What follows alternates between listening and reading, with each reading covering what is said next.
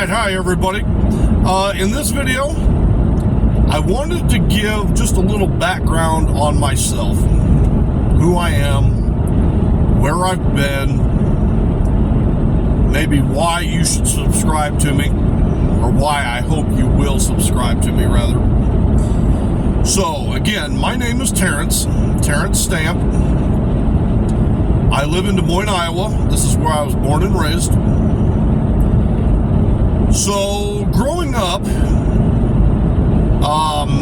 I did grow up as an only child and without any sort of father figure in my life.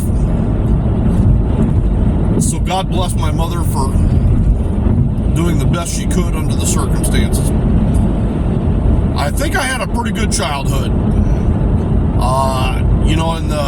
When I was up till about age 11, I lived with my mother in our home, and after age 11 up till the time I graduated high school, I lived with my mother with my grandparents at their home, and I was very active in the Army ROTC program at Hoover High School. And so that was very important to me, whereas a lot of people, everybody has like their niche in life. Some people are the jocks, other people are wrestlers, or maybe the people who do drama class and whatever, For me, it was all about the Army ROTC program. I was very active in that. I had a lot of friends whom I dearly miss, I have not seen in years, and so that part is kind of sad. After high school, I did join the Navy, and at the time it was actually, obviously I was young and stupid. It's not that I regret joining the military, but rather I wish I had not gone the U.S. Navy route, but rather I wish I had gone with the Air Force. Unfortunately, while in the Navy, I did experience some issues. Some of them were part of myself to blame on that, of course, but in any case, I didn't do that well in the Navy. I did get into trouble a few times. But in any case, I didn't even end up doing my full 4-year enlistment. I did get an early discharge because the ship that I was on, which was the USS Yosemite, was actually being mothballed. And so for that reason, it was being taken out of service, and so I got an early discharge. I actually only ended up being in the Navy for about 32 months, so not even a full 3 years. After I got out of the Navy, which was in January of '94, I went through a period in my life where it was approximately 10 years, so it was 94 through 2004. And I tell you, I call that my lost 10 years. The reason why, because I didn't work, or if I did work, I would either quit or get fired within a few weeks or months. I did live with my mother during that time frame, even though I was, in my 20s. I would play video games for endless hours. I could care less about a job for that matter. I remember even when 9/11 happened, during that time frame, that 10 years. So when 9/11 happened, I was caught up in a routine where literally, so I would wake up about noon. I would play video games from about noon until roughly 6 a.m. the next morning, so almost 18 hours. Then I'd go to bed, 6 hours, wake up and do it all over again. That was literally for months. My life was like this. So you can understand why I called it my lost 10 years, because I achieved nothing with my life during that time frame. I was pretty rebellious in the sense that I was angry at the world, at society, a lot of things. Believe it or not, so approximately 1998, or no, maybe it was closer to 1999. About 1999 till about 2004, I had no driver license. I had no insurance. And in fact, I didn't even have license plates on my car at the time. And I drove it for like 4 years like that, and somehow I managed to never get pulled over, never arrested, never ticketed. And so I look back on that time of my life with some actual, maybe it's almost a weird word to use, but gratitude. Gratitude for having gone through that type of life, at least compared to where I now find myself. About 2004 is when I started finally deciding, you know what, it kind of sucks to be broke. And so because of that, I did, I gave up a lot of those bad habits like playing video games. And even now, I can't even hardly bring myself to play them. I just, it's not in my life anymore. So I did go get a job. I first got hired on at like a temp agency, and I worked at one place for quite a while, but then the place went out of business, so I was forced to go find another job. Found another job at Sam's Club. Worked there for a couple of years. And this was now we're up to about 2007.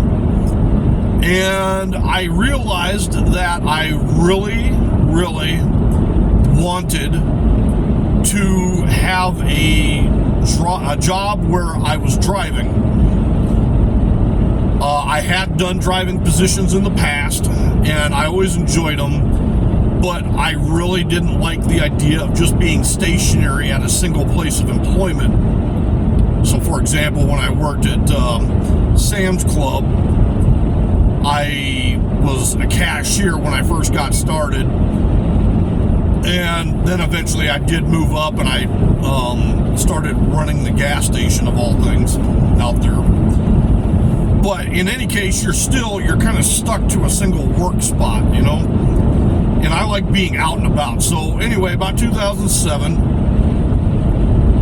I decided to investigate what options were available to me, and I actually became a taxi driver. So in 2007, roughly June, I believe, I did get hired on with the taxi company in town, Yellow Cab, and that was actually the start of my driving career, which extends even now till today.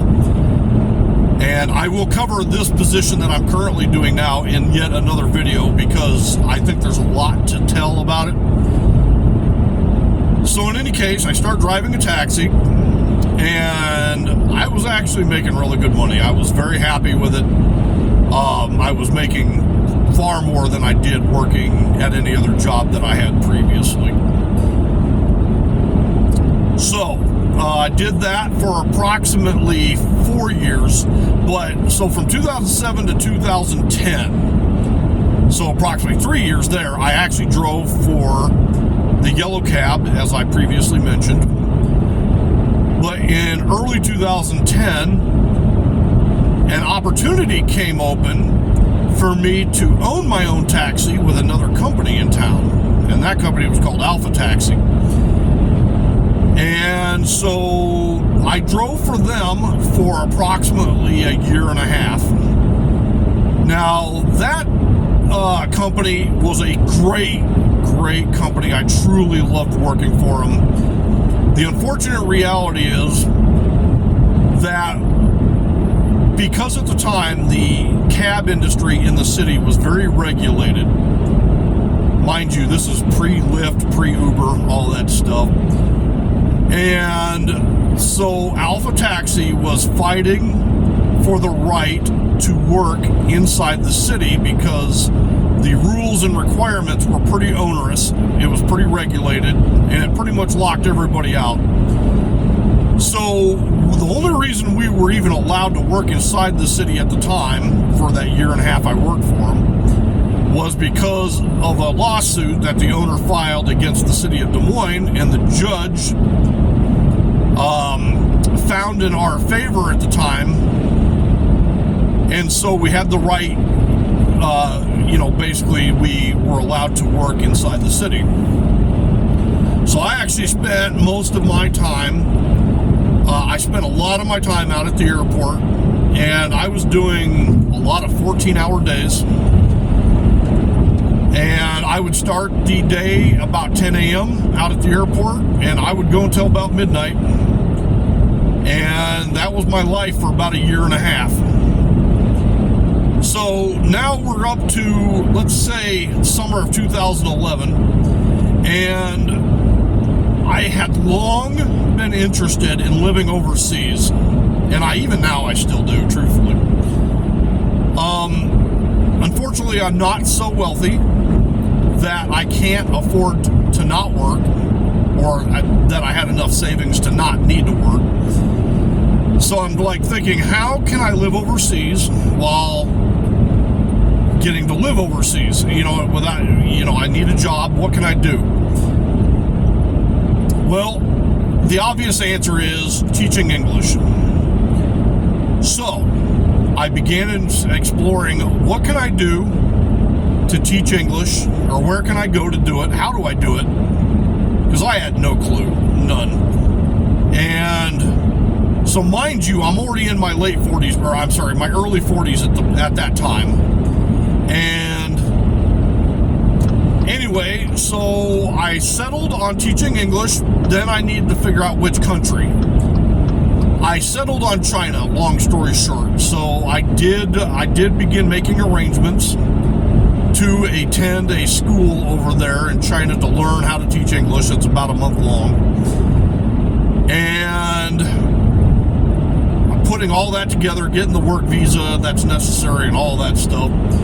But ironically enough, so I decided on August 18th of 2011 as the day that was the day I was due to fly out and leave for China. And August 17th, the day before, I went to go start work because I still had the taxi, which I ended up selling to my mother. But the company's owner called me up and he's like, hey, Terrence, the city, his lawyer had just called, and apparently during the appeal, so we had lost the lawsuit against the city. And so therefore we were supposed to cease working the city effective immediately. So that was August 17th, and then August 18th, like I said, I was leaving for China. Any case, so that company went defunct and I left for China. And in my mind, I was thinking, okay, so I'm only going to be here for, in China for maybe 2 years. That was what I was thinking. I was going to give it a go for 2 years and then just, maybe move to a different country perhaps. Long story short, I ended up being over there for a total of 4 years. And the first city that I went to was a city southwest of Beijing called Taiyuan. and not to be confused with Taiwan. And that was my first job destination. So I taught there for 1 school year. The pay was not that great. It was pretty modest, but I did get a free apartment at the school. So it was at a public, or I'm sorry, let me rephrase that. It was at a private primary school, so it actually had all the classes ranging from kindergarten all the way up to 12th grade, and the students lived at the facility for the work week and then went home on the weekends. So it was the students resided there. But that was the first school year. So that was that school year ended in early 2012, May, whatever, I guess spring. And at that point, I decided to look for jobs up in Beijing. And that was where I spent the next 3.5 years or so. In any case, I absolutely fell in love with my time there in China. It was a great experience. I fell in love with the children. In fact, I think if you look back at my life before I left for China, I didn't interact with children at all. I was probably even uncomfortable with children.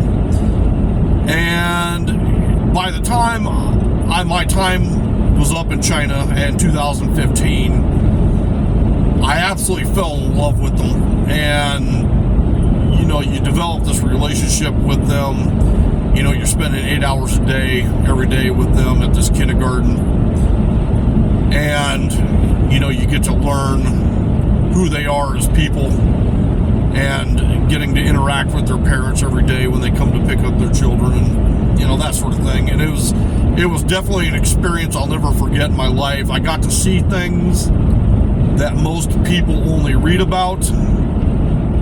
So, for example, I've been to Tiananmen Square. I've been to the Great Wall of China. I've been to the Shaolin Temple. And I even ended up meeting my wife there. She is now back here with me in the United States and now a citizen. But once I came back from China in 2015, so at that point, I actually resumed my driving career again, and I actually went back to Yellow Cab, the company I'd previously worked for in 2007 to 2010. And I did that for several years, but obviously the landscape had changed significantly, with the introduction of Lyft and Uber, and the business just wasn't as good. There would be some days I would make, a decent amount of money, then there'd be other days I'd make hardly anything at all. I kept a spreadsheet of my earnings, and I noticed that over time, the income was going down. And so I left that job in 2018, and I started working for a company out of Chicago, delivering animals to pet stores, including fish as well. And I did that job for several years as well. It was an interesting job. It wasn't fun in the sense that I had to be up so early in the morning to go meet the delivery driver that was coming from Chicago, and I had to load up my work van with all these boxes of animals and fish. We didn't do dogs or cats or anything like that. We're talking like gerbils, hamsters, guinea pigs, things like that. We did do parakeets and other birds.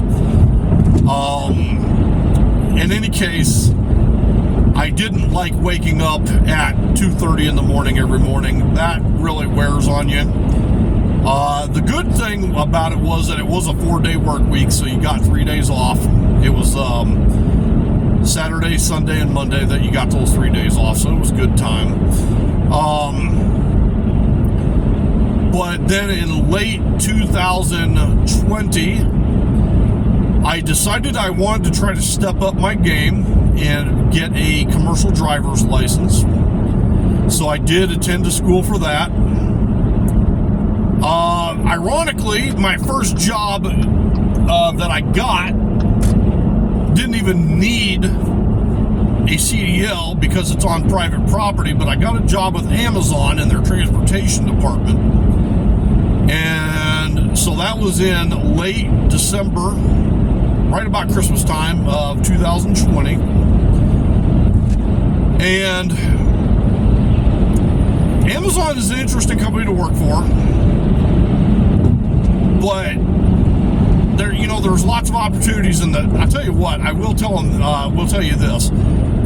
They were very generous with pay increases. Absolutely. I started at like $17 an hour, which isn't that much. And within a year, I was already up to $21 an hour. So, I mean, it was a very nice succession of these pay increases. Every few months, they'd be bumping you up. And then I did that job until early, I guess, very early 2022. So I was there at Amazon for about a year and a half or so. Then I got a job driving a box truck where I could finally put my CDL to use. And I did that job for just a little over a year. But unfortunately, I had a coworker there who was making my life a little less than pleasant. And it was a pretty small company. And I couldn't put up with it anymore. But, and this is where I think I'll probably segue into another video where I'm in at my current job, and I think, because we're already at about the 22-minute mark, I think I'll drop off right there, and I'll pick up in another video telling you what I do now. And I hope what I am able to share with you can inspire. If you like driving, that these positions are available all over the country. And I will save that, I think, for the next video. But here's what I want to tell you before I leave. Again, if you have any questions or comments, please do not hesitate to send them. Put them in the comment box below, and I will read your comments in another video, and I'll give you credit for it. And I will answer any questions you have. I will make any comments or whatever based off what you might say. And I hope to actually see you again. Please subscribe if I've brought you any value or if you enjoy what you're finding out and listening to.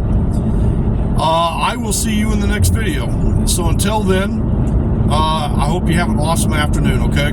Thank you. Bye-bye.